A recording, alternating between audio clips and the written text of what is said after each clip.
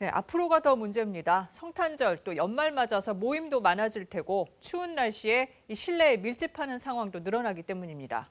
정부는 내년 1월 초까지 모임과 행사, 여행은 자제하거나 취소해달라고 했습니다. 또 거리 두기 단계를 다시 올릴지는 이번 주말까지 상황을 보고 결정하기로 했습니다. 서병립 기자입니다. 지난달 강원도 춘천에서 가족 모임을 가진 뒤 확진된 울산의 부부. 이후 자녀와 지인 등에게 전파돼 누적 확진자는 12명까지 늘었습니다. 이처럼 가족 지인 모임에서 감염이 확산되는 게 3차 유행의 가장 큰 특징입니다.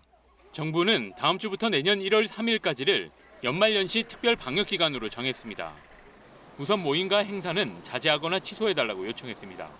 특히 크리스마스 기간 종교 행사 등 각종 행사는 비대면으로 진행하도록 할 계획입니다. 또 겨울철 인파가 몰리는 스키장과 눈썰 매장 등은 일반 관리시설로 지정해 관리를 강화합니다. 해맞이 축제는 비대면으로 실시하고 여행은 취소해달라고 호소했습니다.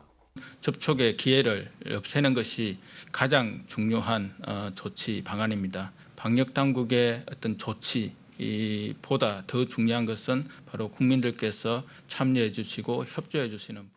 정부는 일상에서 감염 전파가 이어지고 있는 만큼 확산세가 쉽게 꺾이지 않을 거라고 판단하고 있습니다. 거리 두기 단계를 높였지만 급격한 증가를 막는 수준에 그칠 수 있다는 겁니다. 다만 단계 조정 여부는 일단 주말까지 효과를 보고 결정한다는 입장입니다. 감염 확산이 진정되지 못하고 있는 모습입니다. 주말까지의 상황을 보아가면서 추가적인 방역 조치 여부를 결정하겠습니다. 한편 정부는 코로나19로 소득이 감소한 약 20만 위기 가구에 최대 100만 원의 긴급 생계비를 지급하기로 했습니다. KBS 뉴스 서병립입니다.